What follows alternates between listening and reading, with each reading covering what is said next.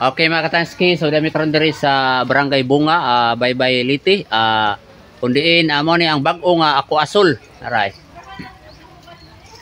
So gipahubsan pa sila mga katanski kay baha man gud ang kanang tubig gud gikan mo kuno sa bukid. Tubod ba nya mag na inganin ni siya kay na gipahubsan man kay kuan kuno kanang hugaw ang tubig. So gipalipihon na. Ambot bagasan man siguro karon o wa mi kahibawon sa imong desisyon sa mga sponsor o sa mi dapit karon. So ang ilahang entrance diri is 50 pesos. Ang cottage mga katanski, lami ra ba kaya mga cottage? 600 pesos. Na po yung mga umbrella table. Wa ko kahibaw siguro mga 300 na siguro na mga katanski.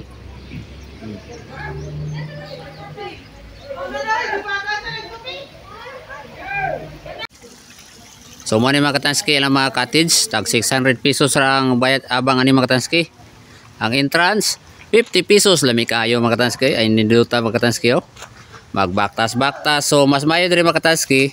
Mari mo kana mga 1 PM nya padong sa 6 PM kay mura og karong orasa mga alas 10 siguro sa kabuntagon. Medyo init ang panahon mga katanski, misidlak na si haring adlaw. Pero maguna ni sa tubig diri mga katanski, maghumul-humul. Murag anindot kay paminaon mga katanski. Napod siya ay kuan mga katanski view. Wa lagi dugay pa nimo puno oy. Oh, dai tubig gamay.